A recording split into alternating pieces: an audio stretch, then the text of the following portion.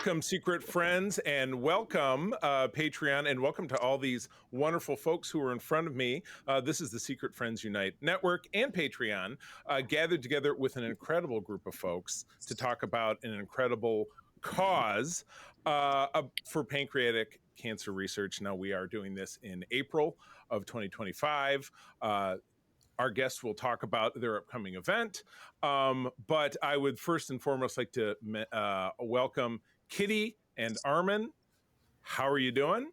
We're doing well, thank you. And if Excellent. I may, Kitty is doing very well. Mr. Jonathan Frakes, I'm a fan of everybody, big fan of yours. How are you? Never better. Thank you for asking. Excellent. And Juan Carlos is a Coto or Coto? I've never known. Coto. I've never met. Coto. Very good. And great to meet all of you. We're going to do what we usually do here on our network, which is talk a little bit about Star Trek, talk a little bit about pop culture, and then we're going to talk about some very much more important stuff, which is what you guys are doing on April 26th of 2025. So I'm just going to jump right in, if that works for you. I'm going to ask a question of Mr. Jonathan Frakes. I'm a lifetime Riker-phile. I sometimes catch myself doing that chair thing. Riker maneuver. The Riker maneuver, exactly. I catch myself doing it without qualification. But yeah, I've been that can be very, very dangerous, you know. I do double check the chair first because low hang. Thank you. Low hang and high back, low hang. But regardless, just recently, going back to, Peter and I do a lot of different talk about older television shows and things like that. Earlier in your career, you were in something extremely well known, and you were in something that maybe a lot of people don't know about. I'm sure you remember, hopefully, your turn as Charles Lindbergh in a little show called The Voyagers. Oh, John Eric Hexum, God rest his soul. God rest his soul, was actually an alumni of my alma mater, Michigan State University, who played football. Do you know how John Eric Hexum died? I absolutely do. Yeah, it's very tragic. Very, very tragic. Tragic accident. So I just saw something about that very recently. It reminded me, and it just, awful. So that role, and then of course, earlier in your career, one of the, I no doubt, at least to me, because when I saw it for the first time, I was like, oh my God, it's Riker, was your turn as the villainous brother Stanley in North and South, which again, spineless Stanley. Spineless. He absolutely was. War profiteering and rusty metals and stuff.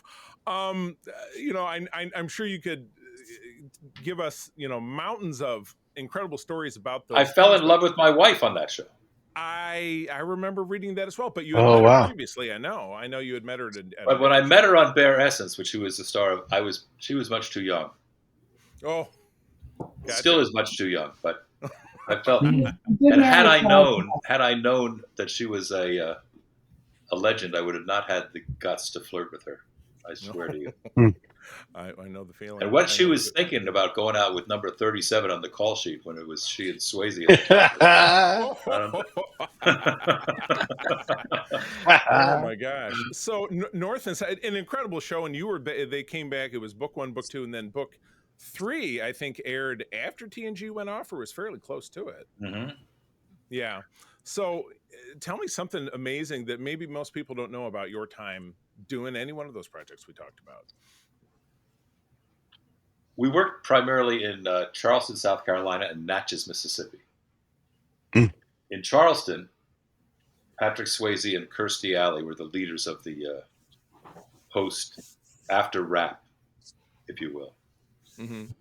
He had a private table at the nightclub where people went to go to dance, and Kirstie was the self-titled Mambo Queen. So that's about right. Good Mambo, love that. There was an evening where we had all been out mamboing, and we had come back to the hotel, and we went to the top floor of the hotel to have a nightcap.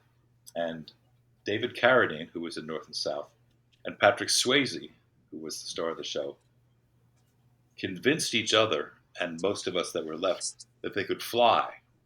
Oh God! From the 23rd floor of the Woodrow Wilson Hotel, I think it was called. And as they ran towards the shuttered full-length windows, a number of us had the good sense to tackle them and prevent them from trying to fly. Oh my gosh! So that's North and South. Wow. When I was also in North and South, when we worked in Natchez, there was a jazz band that played standards at a bar called Under the Hill, and I was asked because I played trombone, or I played trombone, not well but loud, so I could sit in with them on Tuesday nights. So I went down and played Under the Hill, and I was by this point dating the wonderful Jeannie Francis, and she would come and sit at the end of the bar, and I would play a couple of standards with the bar Under the Hill, and it was one of the high points of my life. Wow. They said to me, if you'd like, maybe you'd join the band. And I said, that would be great. And they said, well, we have a regular gig. We do one night in Hattiesburg, and we do one night in Jackson, and one night in Natchez. So you let us know. So I always thought that things didn't work out. I had a gig, 3 towns That's awesome. in Mississippi. That's crazy. There you go. There's a story you don't hear every day. That's tremendous. I've listened to so many interviews with you, and I thought, what can I possibly ask this man that's gonna? I gave you some new material.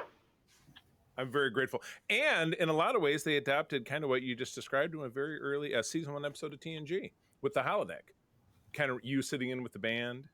Yes, that was because Morris Hurley took me to the racetrack and quizzed me, as a smart writer will. He'll take an actor out, right? JC, Yeah. I mean, you ask an actor what they can do. Yep. Can you ride a horse? Can you ride a motorcycle? What are your favorite Yep. hobbies? What Can kind you of music remember do you lines? listen to? Yeah, can you remember lines?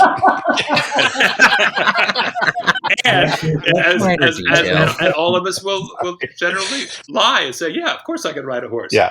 Of course I can drive a motorcycle. So he said, what do you like to do? I would say I play trombone, I listen to jazz, and then about a month or 2 months later, there's the script with the lovely Minuet in the holodeck. Oh, Minuet. Awesome. I love that. Say what a lot of people have different thoughts about that first season of TNG, but I loved that episode in particular. Prime Riker. So I'll let Peter take the reins for a sec. He's going to ask you something else. All right. So obviously it's a Star Trek question because I'm that guy.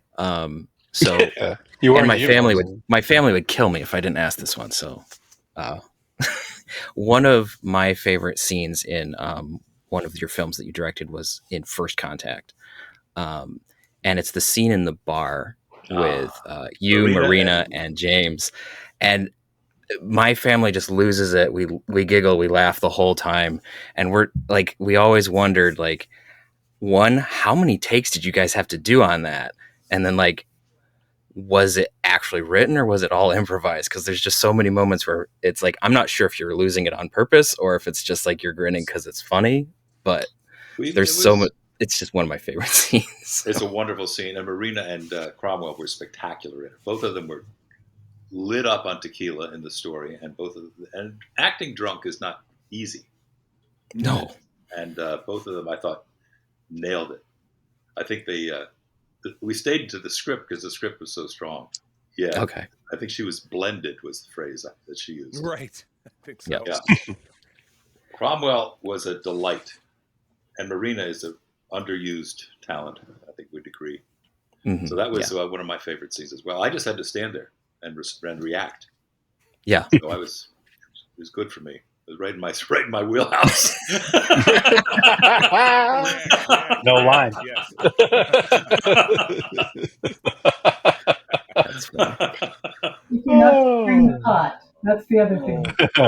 My goodness. Well, I have questions for everybody. I know I jumped into Frakes right away, but Armin and certainly Kitty, because I'm sure that you can add to anything that Armin says because you guys are such a great team. But Armin, on the cruise, I don't know if we were there in 23 and 24. I can't remember which year you had your Shakespeare kind of presentation when you were talking about Shakespeare. And I was reading up on you, and your connection to Shakespeare goes back to your senior year in high school. That's what my information said. Three plays at that time, which I think is incredible. They didn't have that at my school. Wow. We have a big fancy performing arts center, and we didn't. Well, Shakespeare was writing primarily for my high school at the time, so I took advantage of his young talent. Wow. He was the artist in residence. Oh my He was the goodness. artist. He had his own locker. You were there at the right time. When you get your And we gave information him a off little Wikipedia, vest ouch. and a feather, and he did major things with that feather. It's just incredible. All my those God. guys from the football team kept shoving his face into the water fountain. It's embarrassing. Oh my God. That's where he got Much Ado About Nothing. Actually, that's where he got it. Balloon. Boom. 3 in a row. I'm just here. Thanks, man. Thank you very much. I'll be here all week. I'll be here all Tip week. your waiters. Yes. So Armin, what's peak Shakespeare for you? Either a personal performance or a particular work. What's top shelf? Whatever I'm doing at the time. So I just did 12 Nights, so that's my top shelf Shakespeare. Easy answer. Yeah, simple. I have seen incredibly good performances of Shakespeare. I'm sorry I missed Jamie Cromwell in The Nude as Hamlet, but some things you have to miss. But I have seen some incredible, and I've learned from every performance, whether it's good or bad. I learned from the production. Really awesome. So he's directed 12 Nights 3 times, and each one was totally different, which I kind of love. Totally. The one I just saw was spectacular, and the best thing in the show is sitting right next to him, by the way. That's right. Playing dual parts. Wow. One with a mustache. One with a mustache. Which I on tonight in Much Ado. Oh my God! Wow. I have been in Shakespeare, yes, from high school or college. If I may, now it's too long a story, but very quickly, the man who was my primary college teacher at UCLA was one of the people that helped discover Patrick Stewart for Next Generation. His name is David Rhodes, and I'm sure Jonathan has met him many times. And David Rhodes was an incredible teacher who inspired me to love Shakespeare. Also great. Was there a scene or a moment or a play that captivated you that really set you off? That set the way you said, "Oh, this is a lifetime for me now." This guy's doing my job. I love it. Sorry. I just was curious. I used to be a reporter, so there was a role that I never. Was there like a defining, like a thing, like a switch? I, as a very young man, I think I was in college at the time. I saw a phenomenal actor named Jonathan McMurtry play Thersites in Troilus and Cressida, and I said, "Christ, that's what I want to do. I want to do that." And Jonathan actually helped me. I only found this out a couple of years ago. Helped me get my first Shakespearean job, which was the beginning of my career. So, but it was his But it was his performance in Troilus and Cressida, which was one of the most inspiring moments. Wow! And the first play I ever saw was Twelfth Night at Princeton University, at the McCarter. Right. And one of the actors in that production was Jake, and I've forgotten Jake's last name, but he and I originated Jake Tingle. We originated the Ferengi on the first Ferengi episode of Next Generation. Not to mention that George Hearn, who was Sweeney Todd and won the Tony for La Cage aux Folles, is the person who introduced us, and he was in that production. And our friend Angie Bird, who's one of our closest friends, it was also in that production. And none of that will go until years and years and years and years later. Wow. Fascinating. That's amazing. I love it. That's really good. Fantastic. That's great. All right. Peter. I guess this is for you as well, Armin. Anyone else can chime in, I guess. So something I've seen is that you have a affinity for singing as well. Particularly like I've seen with the Rat Pack back in the day. So is that something that you've always enjoyed doing? Do you have a favorite genre of music that you like to sing to? Does Kitty sing with you? Or do you no, don't do that anymore? Peter, I don't sing a note. Not a note. Okay. That's why I left New York and came to Los Angeles. You cannot count, so you can't sing. Can't count, and I can't. and I did 2 Broadway musicals. And I said to Kitty after the second one, I said, I don't think I can fool them anymore. I think we should get out of here now. I don't sing. No, I don't dance. I'm not very funny. But That's not true. You're very funny. But oh, you're very funny. Yes, I did sing with the Rat Pack, and Max Grudenchik twisted my arm to do that. And I think so it was under protest. Okay. It was under protest. That's why I don't do the Rat Pack anymore. I just said, Max, it's just a waste of everyone's time for me to sing here. That's simply not true. Horrible when he's As a Rat Pack fan, you're missed. You're sorely missed. I can't. Now, when was the last time you Rat Packed? Did you do it on the cruise? I can't because I know it was one year they were there. You know what? Yes, I think the last time was on the cruise. I think it probably was. I had no place I could run away from. That's the problem with the boat. But most of the time, I would sing my 1 or 2 songs, and then I would jingle my tambourine, and that was it. So I thought that was a waste. Why not get Nana is a much better singer, phenomenal singer. Get Nana. Or get Johnny Phillips. Right. He tells great jokes. So those are my replacements. Oh, okay. Here's the Johnny Phillips story. We were at the same gym, and Johnny would tell as many jokes as he could, so that the trainer couldn't work him out. So we'd be like working out.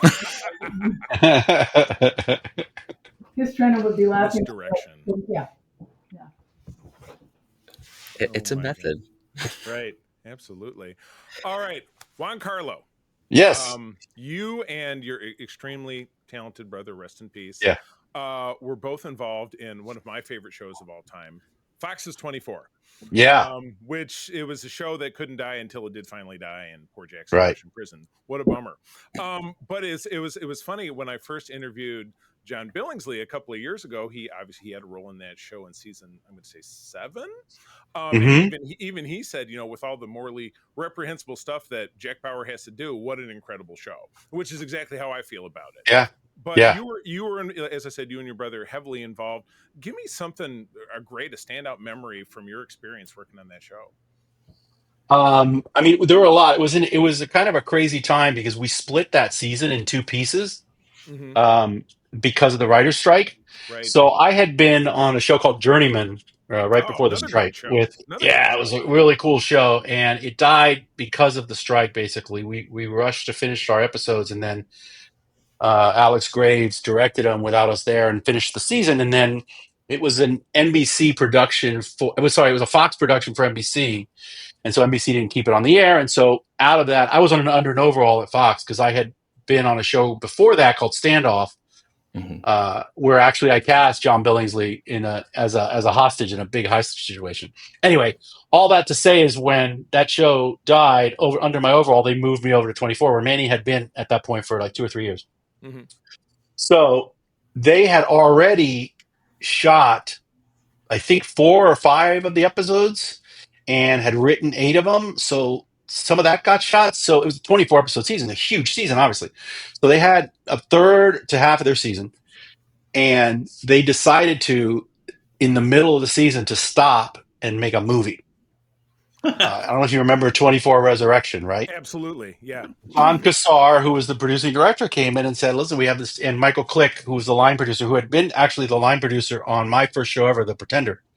Those guys, 24 took over the Pretender studios after we were done. I did The Pretender from 96 to 2000.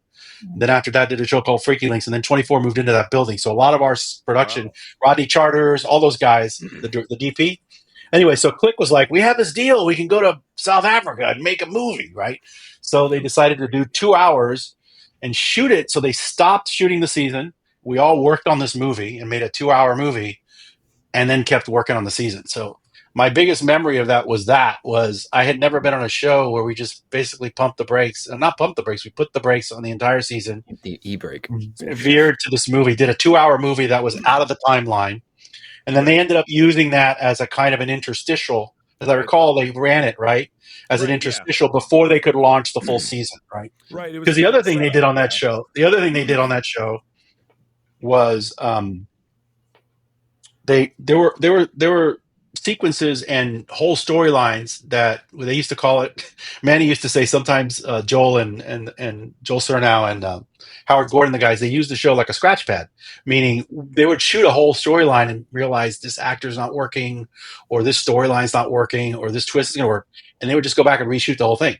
Oh my gosh. And so that was part of what had happened too, is there was a whole thread that ran over 4 or 5 episodes that we recast. We also had to recast the villain. We cast Tony Todd because of the strike and the timing, they lost the actor who played the big villain. So they brought in Tony Todd. So anyway, I gave you 14 stories, but those are the big memories from that season. It was kind of a nutty season. Oh yeah, God, yeah. Tony, he was an African warlord who broke into the White House, and that season was just full of just kind of crazy. No, they broke into it was a hilarious Manny story because Manny was hilarious and sarcastic as hell, right?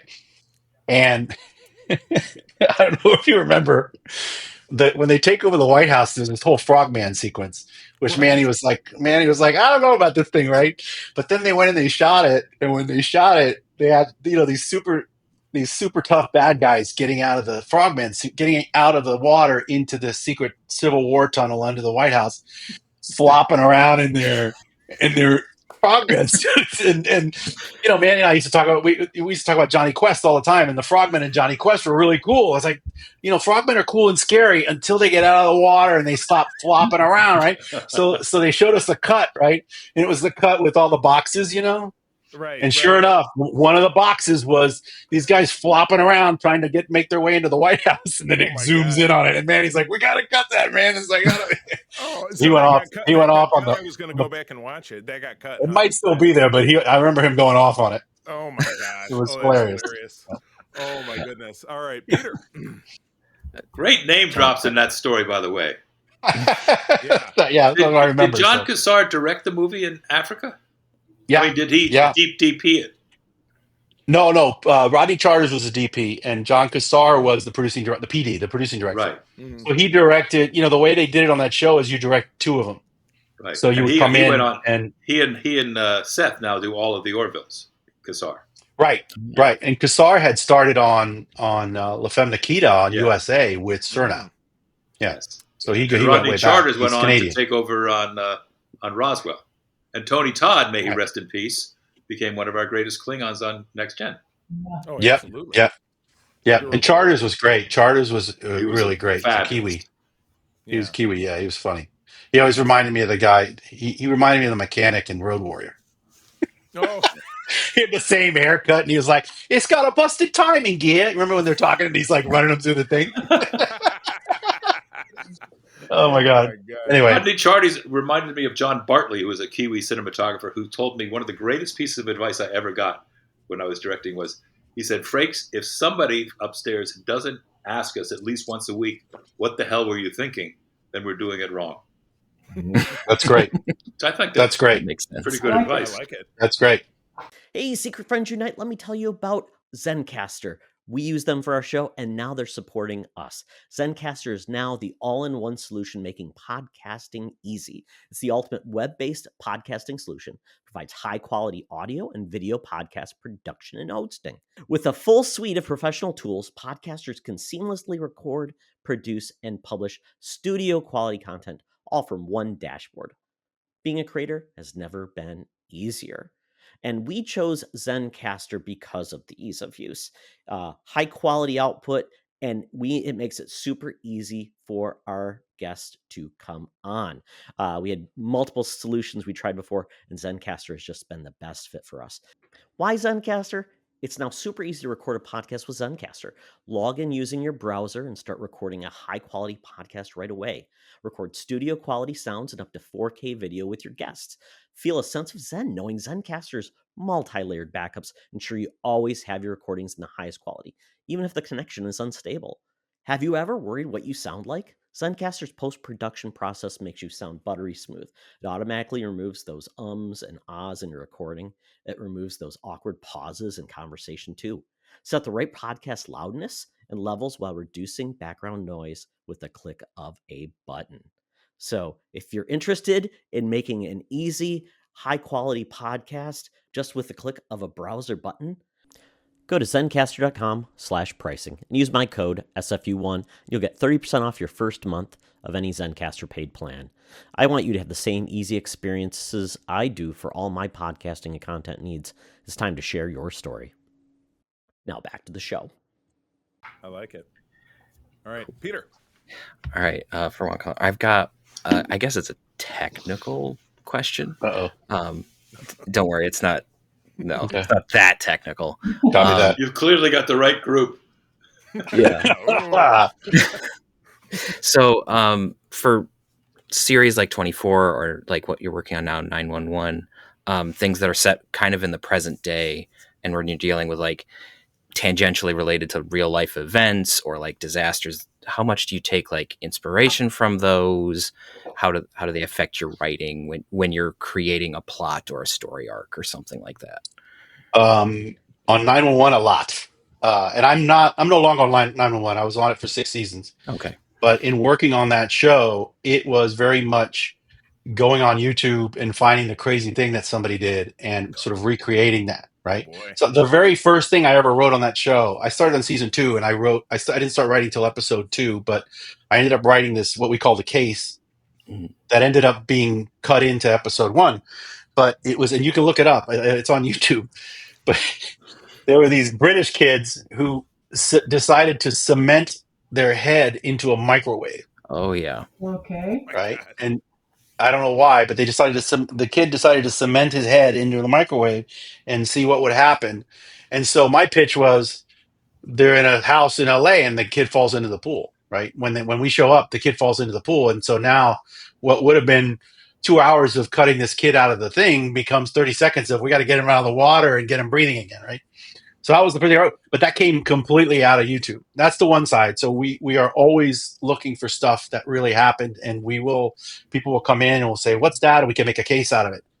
The flip side is you have to be very careful and sensitive to what's happening in the real world, right? Like if you notice when you watch 911, I don't think yet we've done a wildfire, right? Because we know we also have not done a shooting.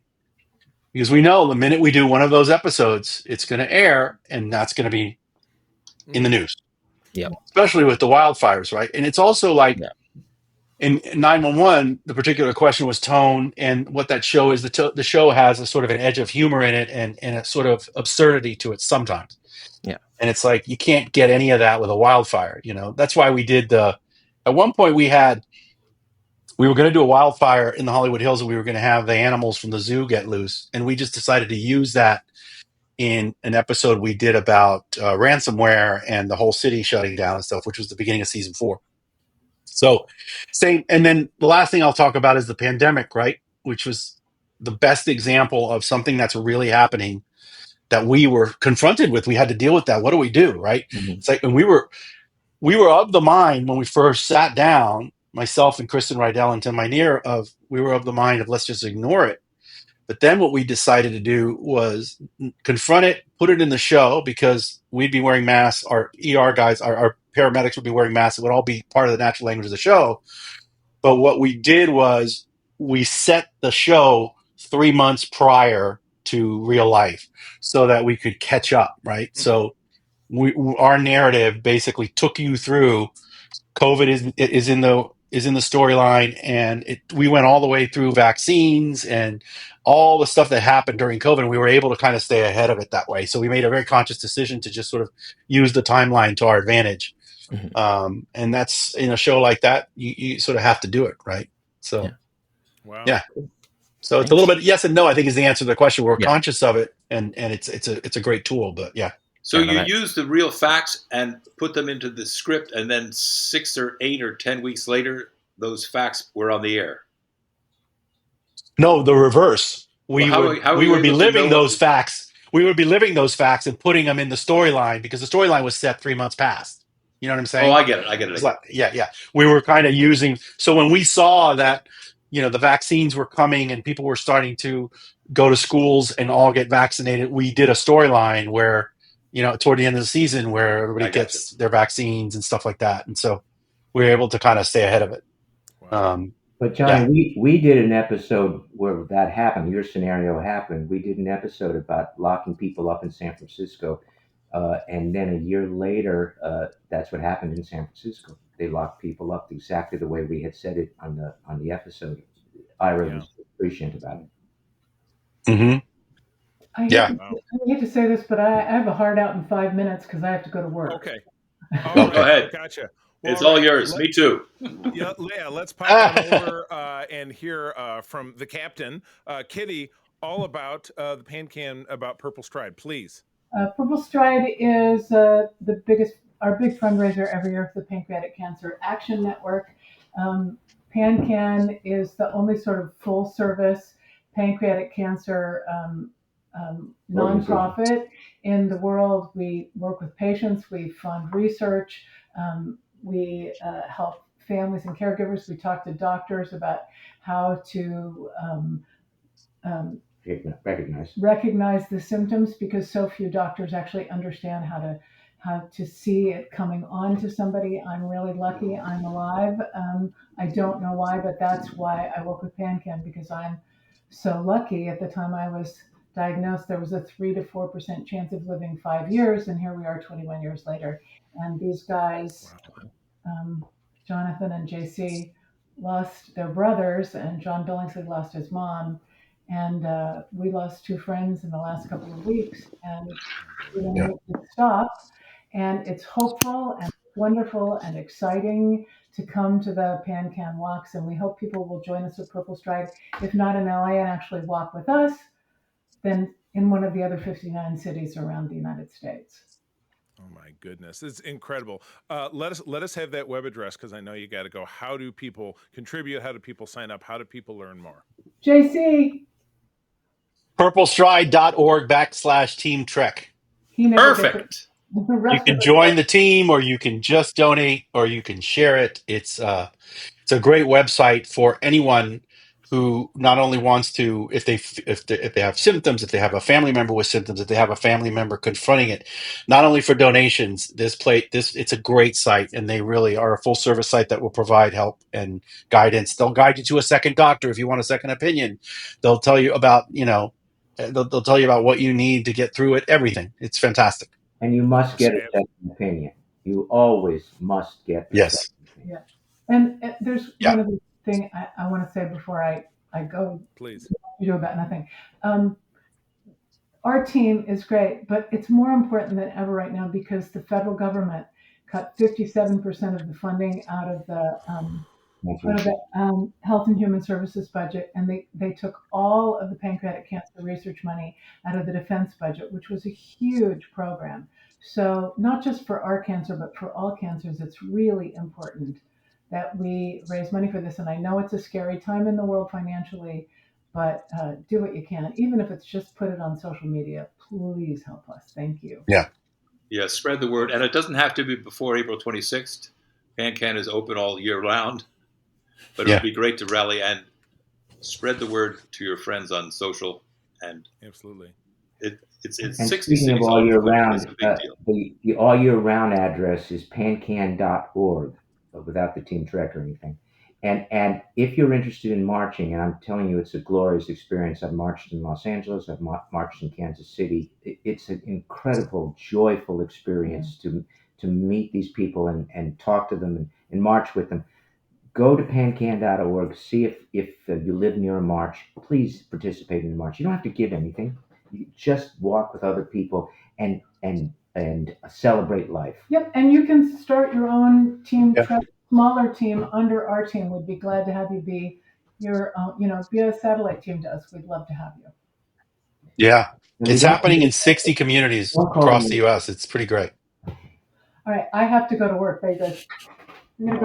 Very good. Break a leg. Break a leg. Thank you. Break a leg. Have a wonderful rehearsal. Bye-bye, Kitty.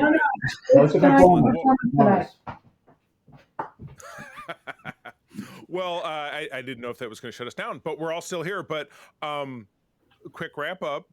You 3 gentlemen, Mr. Frakes, what's something you're working on right now? Where you said you were... I just delivered the director's cut of the first half of the finale of Starfleet Academy. Oh, we can't wait. I'm awaiting the producer's reaction to that. I have a wonderful episode of Leverage Redemption, which I think is going to drop in April. And I've Excellent. got a Hollywood murder mystery version on Strange New Worlds, which is also coming around probably in August. Oh, cool. Oh my goodness! You gave us Peter and I do a bi-weekly show. We've been just trying to crack the code of when that show's coming out. So I won't say August, but I'm not sure it's real. So I don't quote me. Also, please don't tell CBS. The last we saw was summer. Yeah. They said summer. August is summer, isn't it? Yeah, yes. right. August. It is technically, I think. Summer today in LA. No, my. Yeah, it's nice and warm today. Oh, good deal. Armin, what are you up to these days? Kitty and I are about to start a play, Irish play called Outside Mullingar. We started in about a week of rehearsal. We'll be playing here in Los Angeles at an old familiar theater for us, which is called The Matrix. And it's a lovely play, and the parts are great. We both die early on, so we have very nice scenes, and then we don't have to be on stage for the rest of the evening.